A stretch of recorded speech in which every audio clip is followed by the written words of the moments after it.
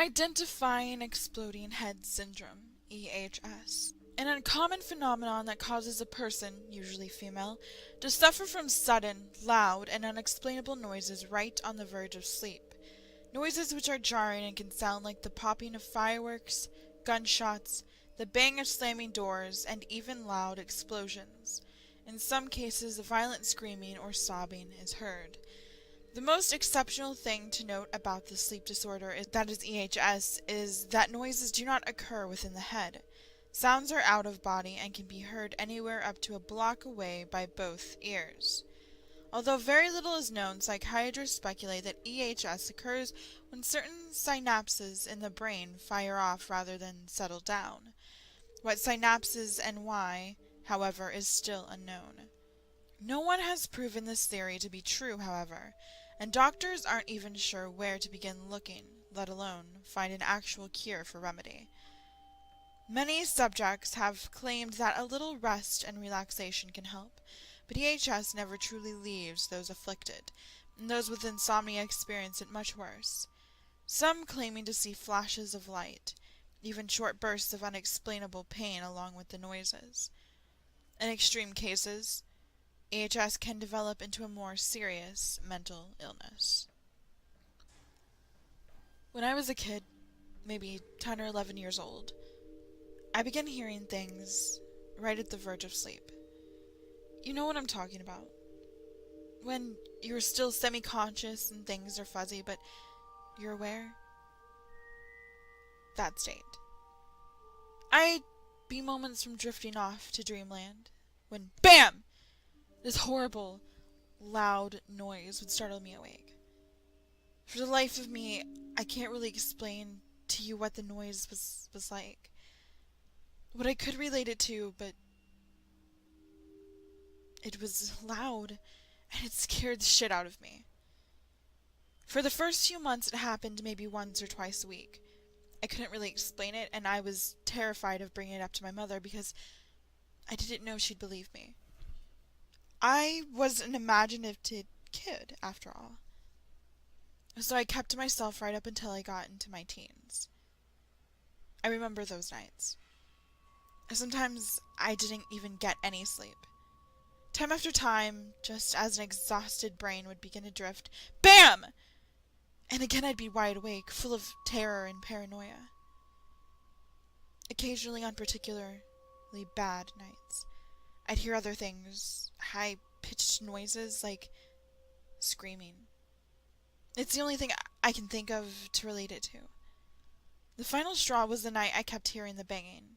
It was aggressive. I was so out of it that I didn't even need to close my eyes. I was constantly in that semi-conscious state, trapped with those damned noises when finally I saw a bright light flash through my room. It lit every nook and cranny like a flashbang. It made my skin hurt just being near it, even though it was there and gone in less than a second. It woke my ass up completely, and I didn't sleep at all that night. I didn't even try. So I finally told my mom. I couldn't take it anymore.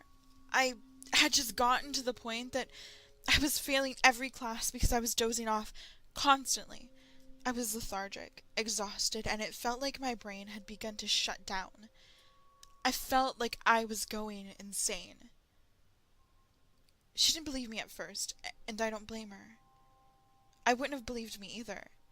She hadn't heard any of the noises I told her about, and the fact that I had heard them was even more strange to her. Why did I experience it when she and Dad didn't? My inability to describe the sounds didn't help either. It took some coaxing, a little bringing up of grades, and finally she agreed to take me to a psychiatrist for a mental evaluation. Not exactly what I was hoping for, but then again, who else to go to but a psych doctor? After a few tests, a few more weeks, and countless sleepless nights, they still had nothing but a hunch as to what my problem was. They guessed it was a rare form of synesthesia, the abnormality that causes senses in the brain to fuse together. They assumed that was why I was seeing and hearing things at the same time. But because I had only one occurrence of that, and because of my condition, they needed to do more intensive tests. The kind that even our insurance didn't cover. My mother rejected the offer immediately, even when they offered to cut the bill since I was a bit of an abnormality.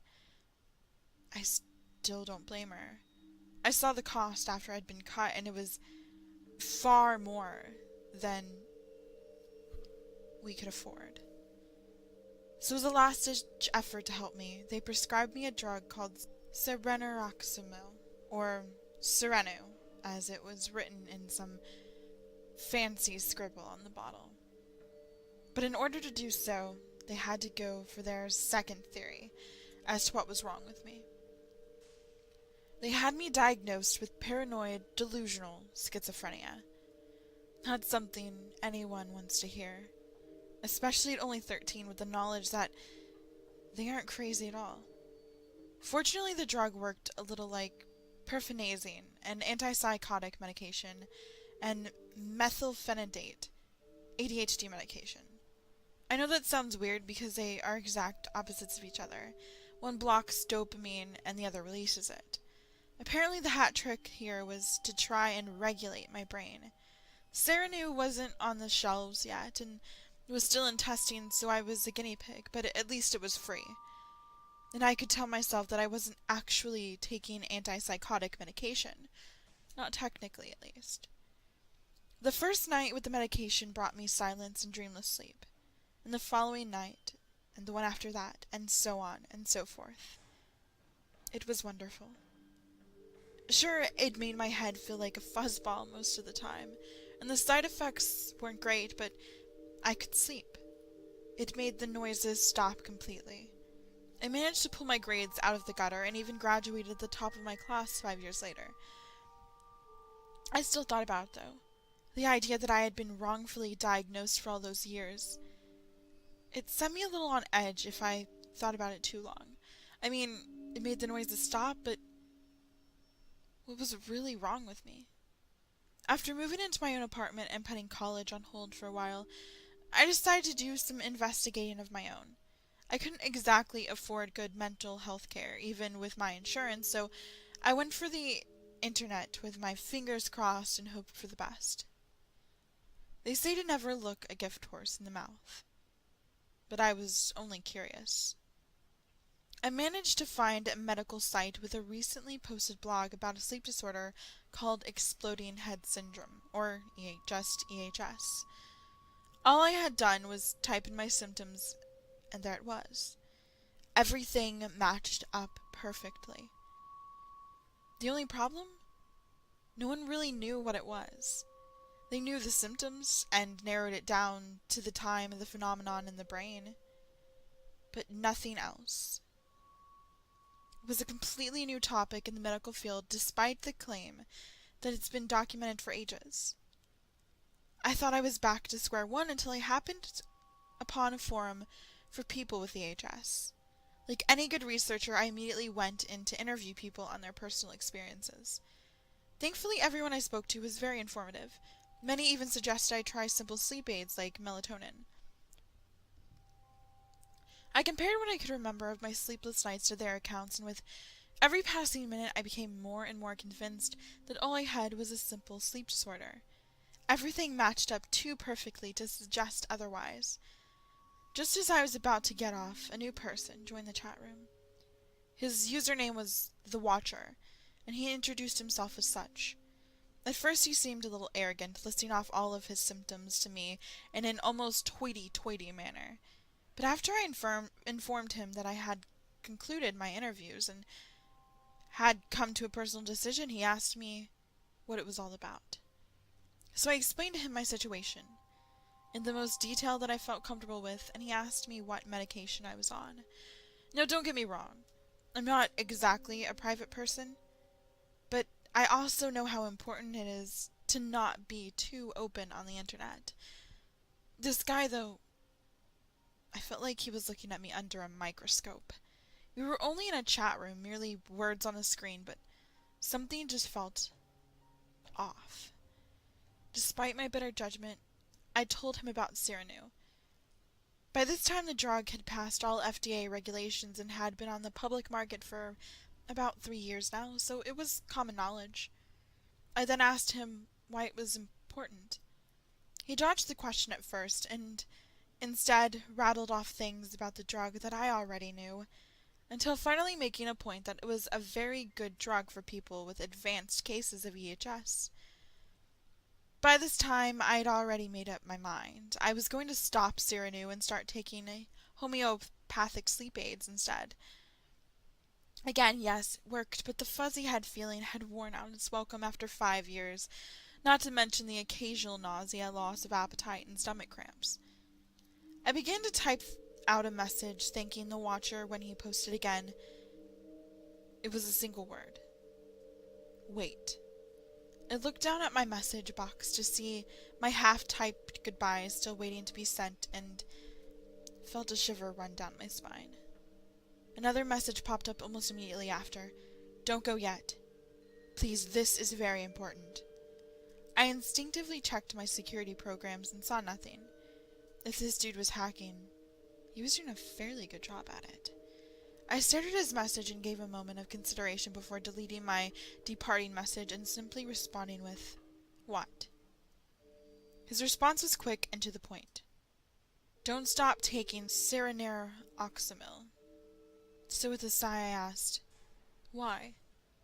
He responded with, "Because it's the only thing keeping them from finding you." Now I was fully freaked out, and possibly a tiny bit irritated. Was this guy fucking with me?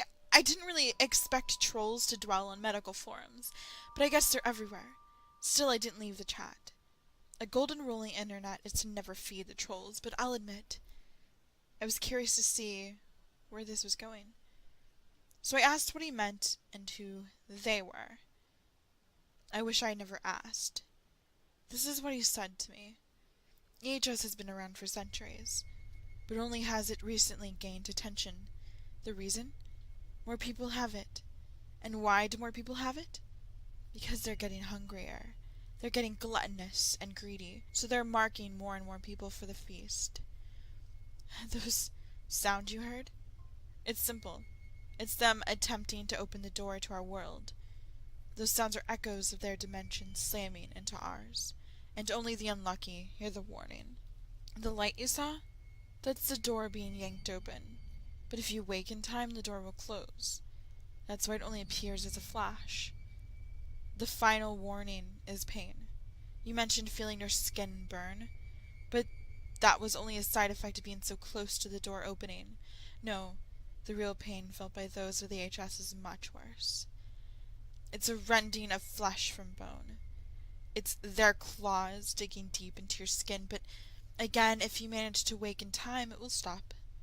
Unfortunately, there will be no proof of them ever touching you, not a single mark on your body, as if it never happened. The reason I beg you not to stop your medication is because it's the only thing keeping them from finding you.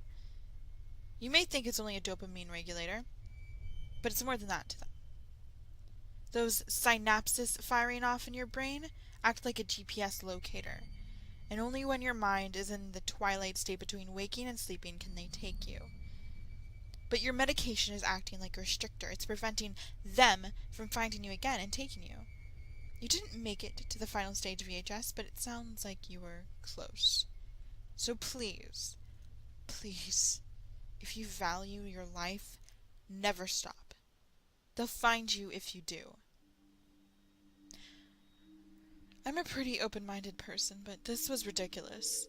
I let the watcher speak his piece before closing out the window and shutting down my computer. I didn't even attempt to write a farewell. It was too late and I was too tired.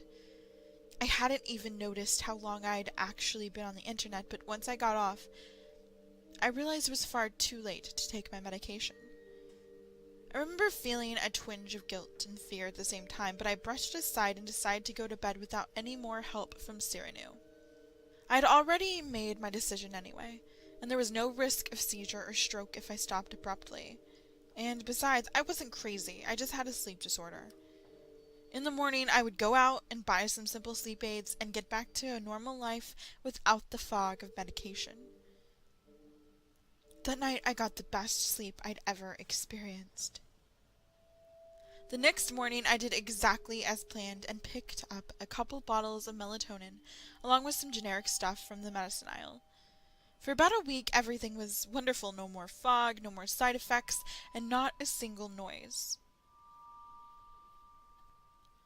But that all changed a few nights ago.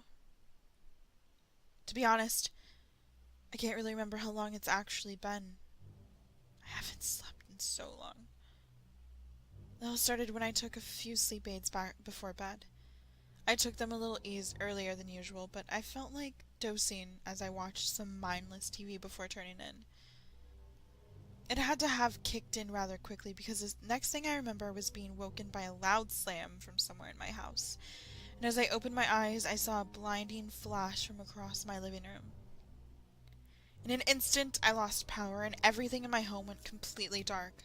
All I could see was that damned after image of the flash in pitch darkness.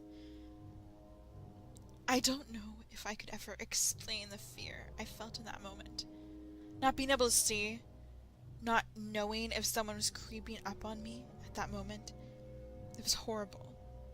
I panicked for a brief moment before taking myself into believing that it was only a power surge.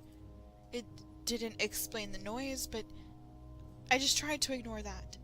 Within a few minutes, the electricity came back on, and I stayed up for a few more hours before the drowsiness became too much and I headed off to bed.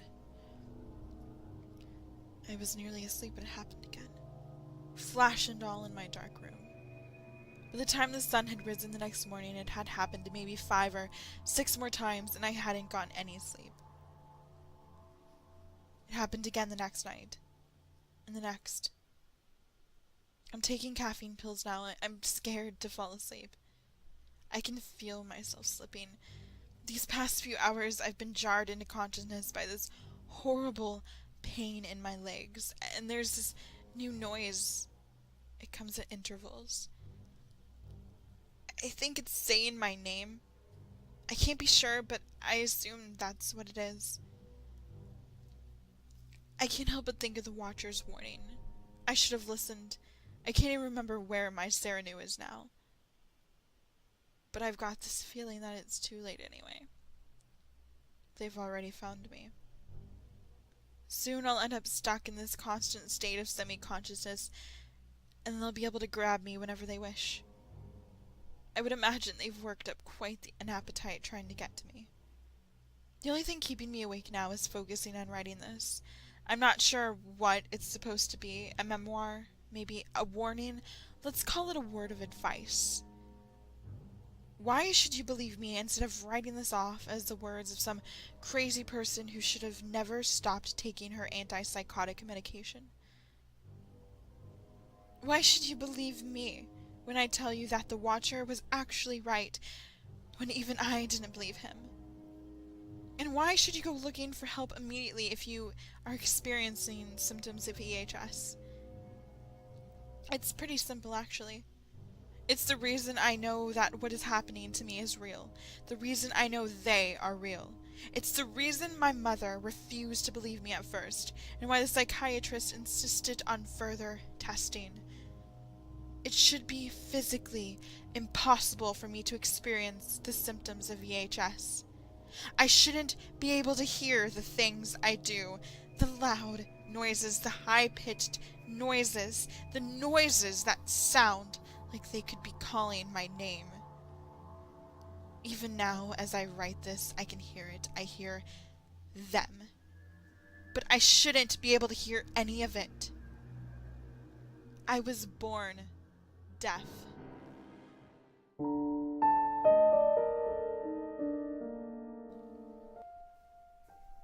Being a programmer, one of my dreams has always been to create an original video game. Something that nobody in the industry has done before. After seeing Spore, I became intrigued. Here was an attempt at putting people in control over a universe. After looking at what made video games popular, I realized the main aspect was control. People in their daily lives have no control over their environment. They are told what to do, where to go, and how to live. Their jobs consist of standing or sitting somewhere until 5 p.m. and they're allowed to head back home. It's no mystery they're unhappy. For many people, video games are an escape to a world where they are in control or live exciting fake lives filled with adventure. The aspect of control is found in strategy games, the adventure and role-playing games generally. I looked at games like The Sims and noticed what made them so popular is not just the illusion of control, but the degree of control. You have complete control over people's lives. Before The Sims, there was Sim Earth, a game in which you do not control individual people, but an entire Earth. I came to the conclusion that I had to develop a game similar to Spore, in which the player subtly guides evolution. What caused Spore to be such a failure is the lack of realistic control people had. It hardly resembled evolution. To do this, I began by generating a physics system. I know little of physics, but decided to study it and to try and create a simplified version in which certain particles can interact in specific manners. When it comes down to it, physics is simply complex mathematics. I simulated energy and matter and created a simple system with a sun emitting energy, circled by a planet catching said energy. I decided to recreate simple basic cells from scratch that were hard-coded, so to speak, in the system I was designing. They lived off the energy emitted by my sun and had a genetic code that coded for the substances produced by the cells. I guess you could call them my eukaryotes. My world within a few minutes would always fill with these cells, after which they would mutate, and the most efficient cell in converting energy from the sun into useful substances for division would survive. It was very boring, but it worked, I guess. I decided to expand the physics system and force the cells to create waste products that were toxic and would kill them. I noticed that some cells responded to this by producing less waste. Others responded by producing something to emit the waste. Yet others developed chemicals to clean up the waste products. However, I noticed something fascinating. Running the simulation for a few centuries, a few minutes in real life, created cells that made massive amounts of specific waste products on purpose. I noticed that other cells died as a result of this, to which the other cells responded by usurping the building blocks they had created from energy. The first predators were born. With the first predators, diversity in this little world rapidly increased. Some grew a response to flee when they encountered these toxins. Others grew resistance to them. The ones that grew resistance would eventually grow to utilize the toxins' products. Eventually, I noticed something interesting. The cells that escaped from the toxin grouped up with the cells that utilized the toxins. They stayed close together and helped each other. Eventually, these type of cells would attach to one another.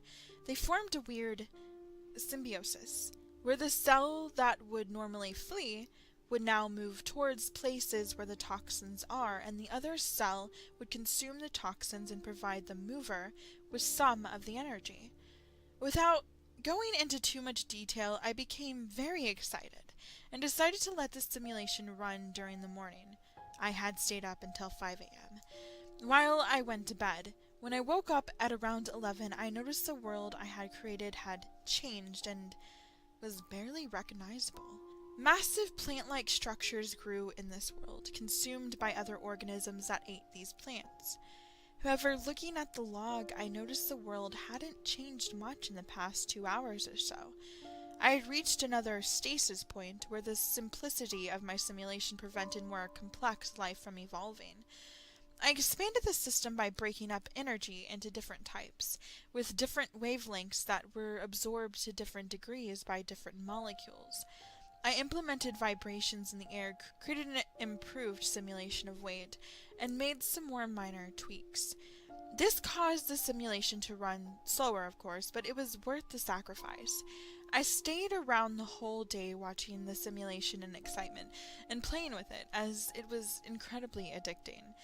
Complex organisms evolved that cooperated. Plants that depended on each other or attracted predators that ate the horrible-looking creatures that ate from them. I had fun and noticed that some creatures evolved warning calls. This means that if they noticed a predator, they would issue a sound, and all others of their kind would flee into holes they had dug in the earth. Others evolved mating calls. I decided to have some fun. I made a dump tool allowing me to dump specific organisms on the earth and wrote my name with it. I created 10 meteorites and dumped them on a piece of land to create an island. Because I wanted to see whether the animals stuck on both sides would evolve in different directions, I made a smiley island with volcanic eruptions. By the time I realized I'd stayed up until 5 a.m. again as I heard the birds outside, I felt tired again and woke up at 1 p.m. or so. When I looked at my simulation again, I felt a sense of shock. Different groups of animals of one species had made statues with stones, some in the form of a smiley, some in the form of my name. I didn't know why they were doing this, or how. What I did notice is that they would attack each other from time to time. I didn't know what to do with it, but I concluded that these organisms must have somehow noticed that the smiley and the name I'd written were special. The fighting disturbed me, and so I decided to create a massive mountain ridge through volcanic eruptions to separate the two groups. By this time, changes were happening fast compared to earlier. While I had to spend a night sleeping to see tribes evolve in my simulation, while I was getting something to eat or take a bathroom break, I would notice a tribesman wearing different styles of clothing or having changed their type of dwelling.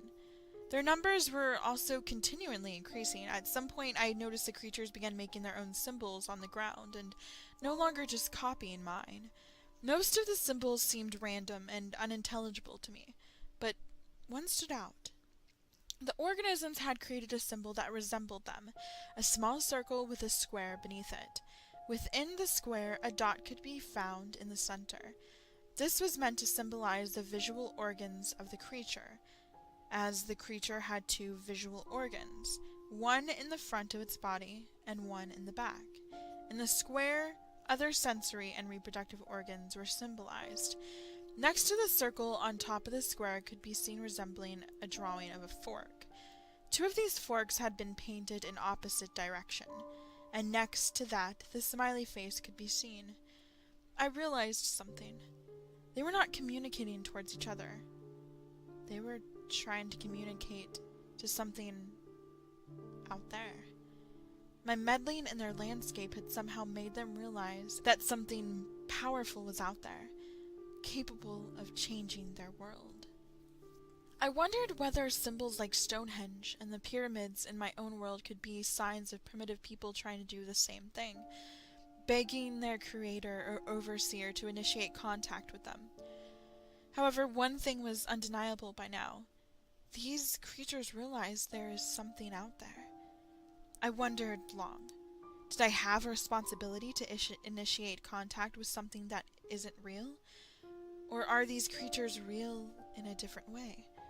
Can something be real merely by being capable of having a concept of itself?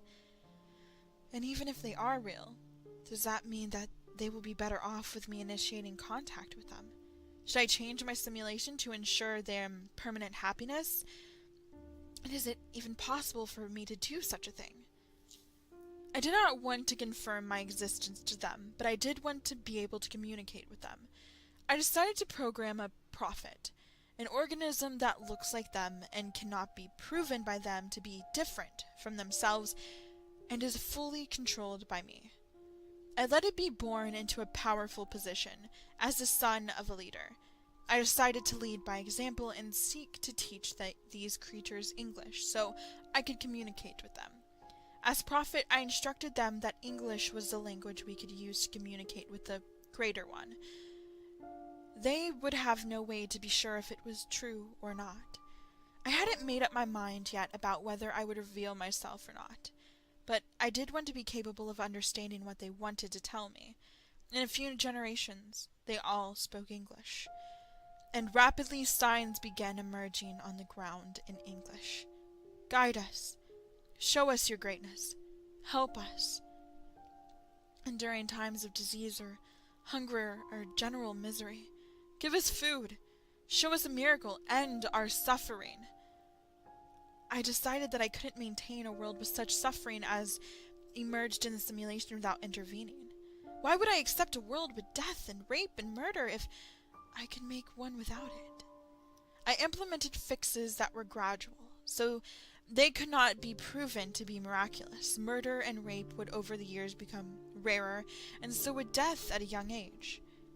I figured that they would not notice if the change happened over generations. But they did. Thank you. All blessings be upon the greatest. We love you. And most heartbreaking, come back to us. Tears ran over my face. There is something there, and it knows I am here, able to contact them, but unwilling to do so out of fear of what I have created. But I felt I had a responsibility. And so I loaded up the character I had created again, and went to their king, asking to talk to all their wisest men. But by this time, I was not believed.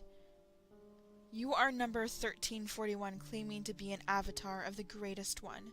If you are him, I pray for your forgiveness, but please show us a sign before demanding me to gather all our wisest men. And so I hesitated but responded, Tomorrow there shall be 2 more meteors falling on a deserted island in the sea before you, on the same day. And when they do, doubt no more and realize that I have come back to repair the broken world that I created. And so I exited my avatar and progressed the simulation until the next day was reached, and threw 2 meteors on the deserted island before the mainland, where thousands had gathered to watch whether a sign would be given. Upon the descent of the meteors, celebrations were held. All the sentient organisms gathered around the small house where I had exited my avatar, and lay flat on the ground in apparent worship of the man who was last seen there, and afraid of coming close. I don't know who was more afraid by now, me or them. I loaded into my avatar again and exited the house. The creatures continued to lay flat on the ground in utter silence. It is as if they felt unworthy of speaking. Let your wisest man stand up, I told them, and up stood one of these bizarre-looking creatures. Thank you for coming back. Pray tell us, do you have any requests of us? I hesitated before saying, There is nothing you can do for me that pleases me, but for you to be good to one another, and to contact me with your wishes and fears. The creature responded, We know you come from a different world, and we are afraid. We understand how vulnerable we are, and how incomplete our existence is.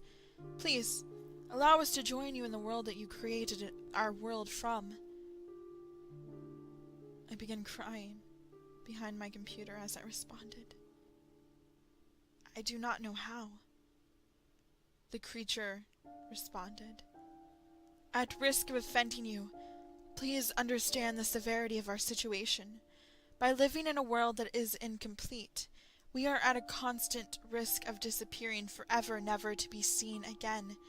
We would never even consciously realize that our end had come. I realized that they were unable to comprehend that I only had absolute power within their world and not outside of it. They also did not realize that my knowledge of their world was limited. I may have created it through simple laws, but those simple laws gave way to a reality of its own that is more complex than I can comprehend. I responded again, I only have power in your world. In my world I have no power, and so I cannot bring you there, because my world is not under my control. I also do not understand the world I have created. I do not know what is best for you. Only you do, and you have to inform me what you want. And the man waited for a moment.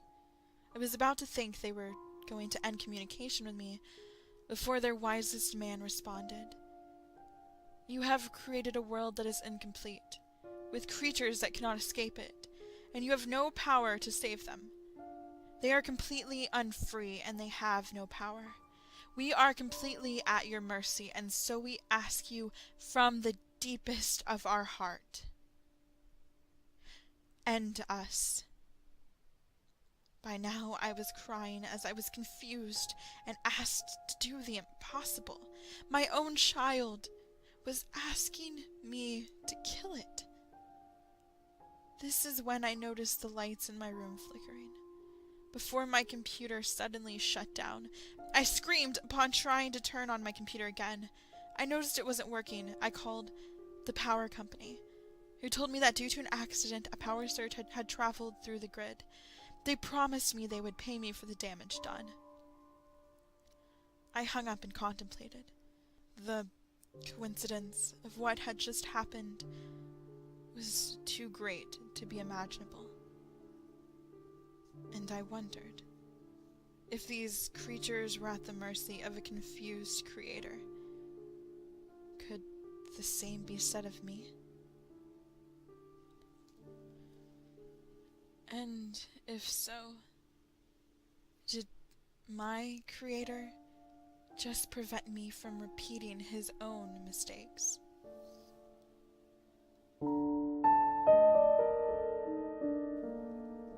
During the Battle of Endor in Star Wars Episode 6, Return of the Jedi, the Rebels destroy the second Death Star in orbit around the forest moon of Endor.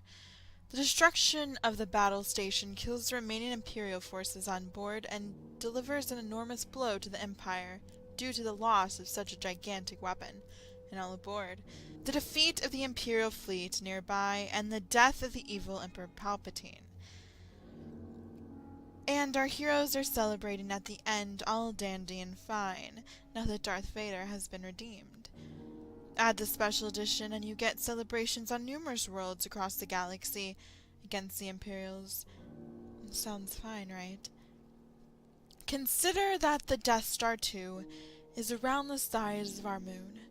When the station erupts in a gigantic fireball, numerous parts of its frame and inner workings are ejected outward into space at enormous speeds. Also consider that in real life, when a space station that is vastly smaller than the Death Star 2 is destroyed, it creates a cloud of debris that begins to circle the Earth due to being drawn in by the planet's gravity. If the debris collides with satellites, it can cause great damage to them. Imagine all that debris, much of which could be country-sized, falling down onto the forest moon. The gravity field would pull on the wreckage so that it would be shifted towards the moon.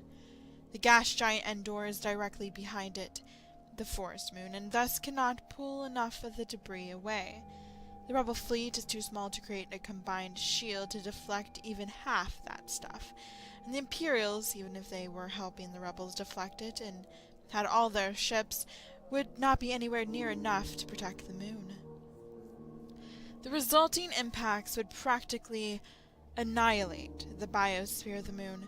Enormous clouds of dust would be thrown up into the air, blocking out sunlight for many miles.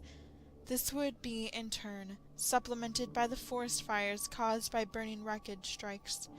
The native population of the planet, the Ewoks, would have to be evacuated off-planet if they were to have any chance of surviving this catastrophe. It is doubtful that they would survive.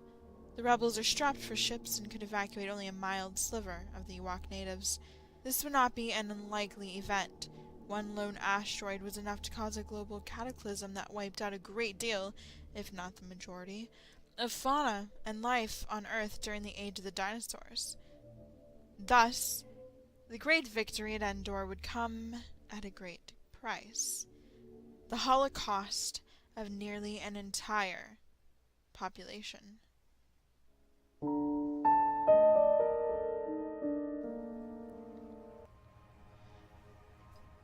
You told me when I was a child that I didn't have a good enough voice to be a professional singer. When I was a little older, you said that photographers don't make enough money.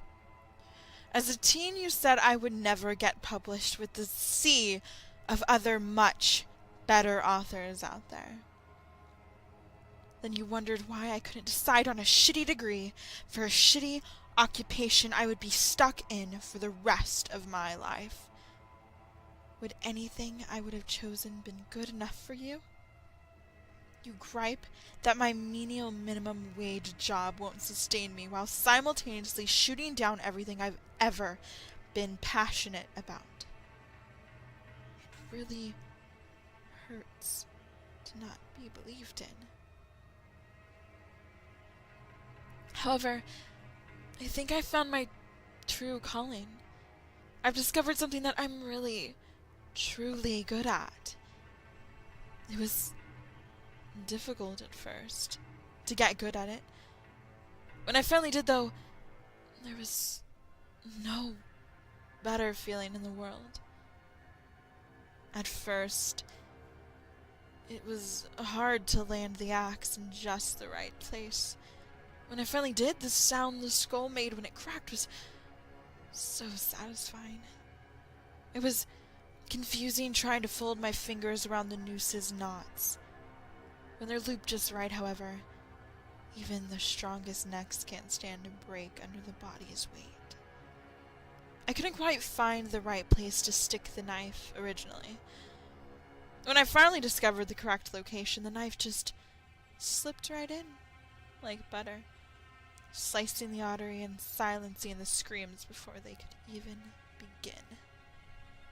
Victim after victim, I worked up my portfolio of death, and it was all for you.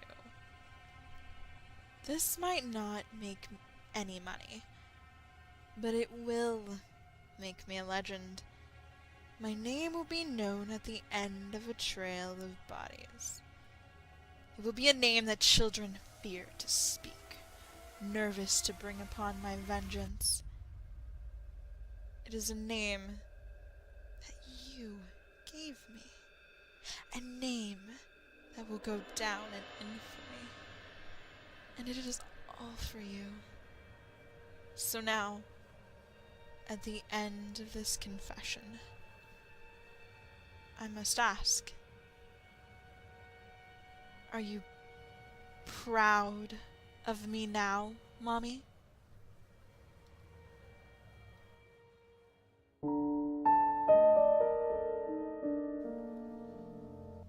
I was not born lucky. I didn't have the ability to walk, and I was kind of ugly. Not hideous, but nothing about how I looked was special. I was pale, a little dirty, and basically unimpressive. People walked past me all the time and never thought anything of it. It was rather cold of them. Then one day I got the chance of a lifetime. I got a chance to become beautiful, and I let it happen. The doctor working on me, she was great at it. She practically remodeled my whole body. I got a better face, better arms, better torso. She even gave me a free hat just to be nice. She couldn't give me the ability to walk, though. She's a miracle worker, but she wasn't magic. For the first time in my life, I felt special. People actually smiled at me for once when they saw me down the street. It warmed my heart, but for only so long. After a few days, whatever the doctor had done to me started to wear off. My face was practically melting off my head. My arms were getting weaker and having a hard time holding anything. I was decomposing alive. What had that monster done to me? I wanted her to fix it, but she had moved on to other projects and wouldn't help me. It was like she was blind to my crisis. I had no idea how much time I had left before my whole body gave out. And I went to my last resort, prayer. I prayed to whoever was listening to save me from this fate, to heal my body.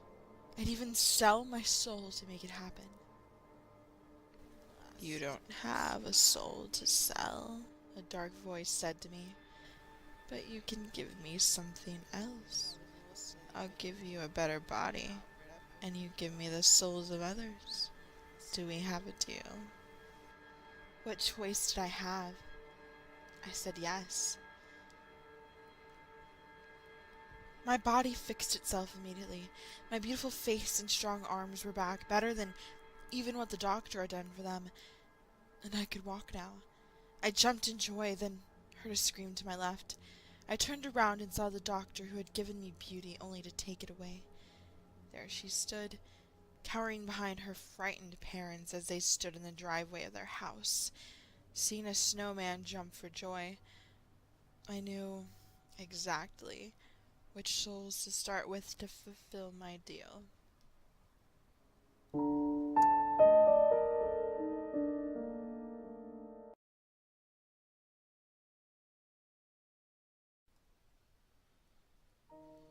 He was the sweetest child in the world. There was no doubt about it. The moment he was born, people gathered around the nursery, pointing at his sleeping form and cooing. What gorgeous hair, what beautiful lips, what adorable chubby cheeks. Fathers ignored their own newborn children in favor of that tiny, perfect baby. Mothers toddled to the glass and pressed tired faces against it, crying for their poor fortune. How much better life would be if that was their child. The nurse that delivered him was amazed when she first held him in her arms. His skin was creamy and white, not that mottled pink every other baby sported. At first she thought he was dead, his eyes shut and his dark brown curls matted against his skull. As soon as she held him, however, she knew he was just fine. He opened his eyes and looked at her with all the intelligence of an adult, breathing calmly and wrapping his tiny infant fingers around a loose strand of her thin, blonde hair. He never once cried, and his mother worried from her bed, sitting up and crying out at the nurse that so lovingly cradled her child. "My baby, what's wrong with him?" Her voice was weak, and her eyes fluttered as she exhaustively fumbled at her bedsheet she was swaddled in.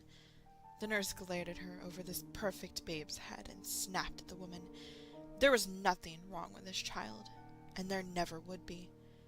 Reluctantly, the nurse snipped the child's umbilical cord and set him gently in the nursery, lovingly kissing his head and promising that she would come back for him.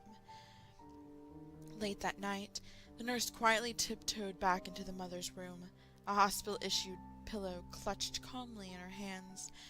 She smothered the mother silently and cleanly, with no one the wiser. The child would be hers no matter what she has to do for it. She would kill 1,000 women to get her hands on that lovely little boy. Swiftly she crept back into the nursery, bending over the tiny crib that held her angel. Crooning, she told the baby boy stories of how she would love him as he grew, and how well taken care of he would be. The nurse didn't even hear the man sliding into the nursery behind her, a scalpel held firmly in his left hand. She didn't even feel the cold steel slide delicately around her slender throat. She didn't feel the two sides of her skin part cleanly when so gently coaxed by the clean blade. Nor did she feel the slick gush of blood out of her throat as she happily died, her fingertips gently caressing the perfect child's gorgeous face, even in the last throes of death. The man who had so proficiently murdered the nurse stepped over her dying body, a look of absolute adoration plastered on his face. Without a word, he picked the child up into his arms and stole out of the hospital. Behind him, every nurse and doctor in the maternity ward went insane looking for him. It was a serene summer's night outside, warm enough for the man to carry the child back to his apartment, leaving his car and his very pregnant wife back at the hospital he had so deftly escaped from. When he arrived back at his apartment, he did not sleep. Instead, he sat the tiny, beautiful boy on his bed and watched him. For 14 days he watched the child, only moving to feed it and bathe it and give it all the care it needed and more. The babe was the center of this universe. Soon his wife came home. with a mouthful of angry words to toss at her neglectful husband and a tiny babe of her own to care for. "You left me at the hospital to have a baby all on my own. Not a word from you. I thought you were dead, Adam!" She threw her purse ferociously at her husband, who had yet to even look at her. The baby in the stroller she had been so lovingly attentive to before opening the door was left back at the entrance to the apartment. The child inside it woken by its mother-piercing shrieks. When the mother walked up to kick the man she so suddenly and violently despised, she laid eyes on the most perfect child she has ever seen. It was a tiny, glowing white child with huge black eyes and the most flawless dark curls on the face of the earth. Without hesitation, she leapt toward her weakened, starved husband and choked the last bits of life out of him, desperate to lay her lips against the child, watching as his face turned increasingly blue and frantic, the tighter she pulled her longing fingers around his neck. Moments later she was on the bed, wrapped as tightly around the darling babe as she could be without harming it. She drank in its warmth, ignoring the increasingly distressed cries of her own child. Soon, irritated beyond belief by her own incredibly flawed child's cries for affection, she took her aggression out on it, leaping up from the bed as quickly as she could, not wanting to be away from the vision of Beauty sleeping serenely on her bed for too long. She picked her child up with one hand, slamming it fiercely against the wall of the apartment until its head was a mashed mess of blood and bone and brain bubbling out, dirty in her hands. The police came knocking on the apartment door not too much longer. Terrified by the vicious noise in the apartment beside them, the family next door had dialed 911 reporting domestic abuse. Cautiously, hands on the guns that rested at their hips, the two police entered the apartment. Upon entering, their noses were assaulted by several awful smells. Rot, death, and the smell of someone who had been sitting in their own filth for 2 weeks wafted through the air of this stuffy apartment. It didn't take long for the two officers to see the destruction that had occurred in this place. The gaunt, dead husband dragged half-heartedly into the hallway, his hair matted with blood. The younger officer swayed on his feet, threatening to faint. "Listen, Trudeau, sir, I have a pregnant wife at home. I can't do this. I can't get killed in here." His plea was quiet and despondent, but the elder officer simply waved the man forward. They could hear cooing in the bedroom down the hall, and stepping over the dead man that lay in the entrance, entered the open door to the room. Immediately upon entering, the elder officer bent down and vomited.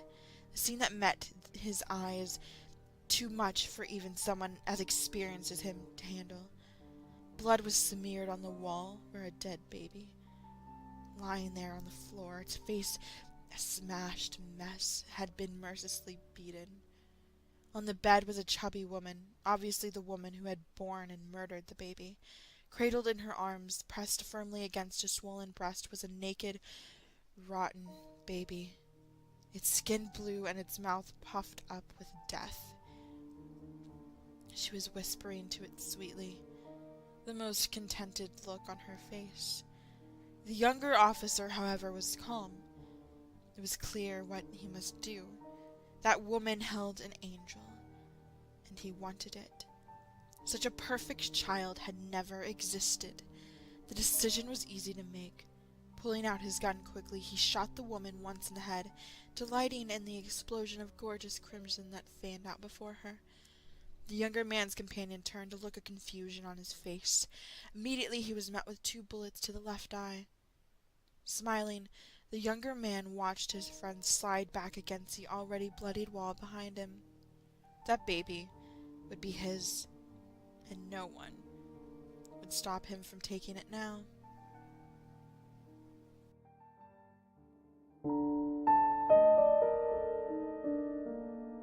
Item number SCP-002 Object Class Euclid.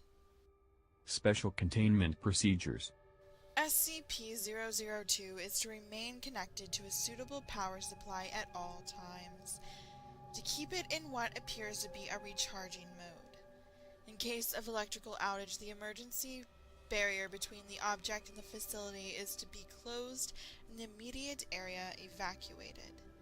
Once facility power is re-established, alternating bursts of X-ray and ultraviolet light must strobe the area until SCP-002 is re-affixed to the power supply and returned to recharging mode. Containment area is to be kept at negative air pressure at all times. Teams including a minimum of 2 members are required within 20 meters of SCP-002 or its containment area. Personnel should maintain physical contact with one another at all times to confirm there is another person present, as perception may be dulled, skewed, or influenced by proximity to the object. No personnel below Level 3 are permitted within SCP-002. This requirement may be waived via written authorization from 2 off-site Level 4 administrators. Command staff issued such a waiver must be escorted by at least 5 Level 3 security personnel for the duration of their contact and must temporarily surrender their rank and security clearance. Following contact, command staff will be escorted at least 5 kilometers from SCP-002 to undergo a 72-hour quarantine and psychological evaluation. If deemed fit for return to duty by psych staff, rank and security clearance may be restored when quarantine expires. Description: SCP-002 resembles a tumorous, fleshy growth with a volume of roughly 60 meters cubed. An iron valve hatch on one side leads to its interior, which appears to be a standard low-rent apartment of modest size. One wall of the room possesses a single window, though no such opening is visible from the exterior. The room contains furniture which, upon close examination, appears to be sculpted bone, woven hair, and various other biological substances produced by the human body. All matter tested thus far showed independent and fragmented DNA sequences for each object in the room. Refer to Mulhausen report for details related to object's discovery. Reference: To date, subject has been responsible for the disappearance of 7 personnel. It has also, in its time at the facility, further furnished itself with 2 lamps, a throw rug, a television, a radio, a beanbag chair, 3 books in an unknown language, 4 children's toys, and a small potted plant. Tests with a variety of lab animals, including higher primates, have failed to provoke a response in SCP-002. Cadavers as well fail to produce any effect. Whatever process the subject uses to convert organic matter into furnishings is apparently only facilitated by the introduction of living humans. Mulhausen report. The following is a brief report detailing the discovery of SCP-002. Subject was discovered in a small crater in northern Portugal, where it struck the Earth from orbit. Encased in a shell of thick rock, the fleshy exterior of the object was exposed by the impact. A native farmer happened upon the site and reported his findings to the village elder. Subject gained SCP attention when a Level 4 agent posted in the area detected a small radioactive anomaly generated by the object. A collection squad of SCP security personnel led by General Mulhausen was immediately dispatched to the area, where they quickly secured the subject in a large container and performed initial testing with subjects recruited from the nearby village. 3 men individually sent into the structure subsequently disappeared. Upon discovering this deadly property of the subject, General Mulhausen issued a Level 4A termination order of any witnesses, roughly a third of the village, to ensure no outside knowledge of the object, and initiated its transport to SCP facility. During preparation for transport, 4 SCP security personnel were inexplicably drawn inside the object, where they too immediately disappeared. Following inspection, it appeared as if the object had outgrown several new furnishings and was beginning to look like the interior of an apartment room. General Mulhausen immediately ordered the requisition of several Class 3 hazmat suits for the remaining security team members, who proceeded to lift the container onto a waiting freight ship for transport to the SCP containment facility. Data expunged. Data expunged. Following the termination of General Mulhausen, SCP-002 was resecured by SCP staff and brought into special containment in Classified. where it currently resides.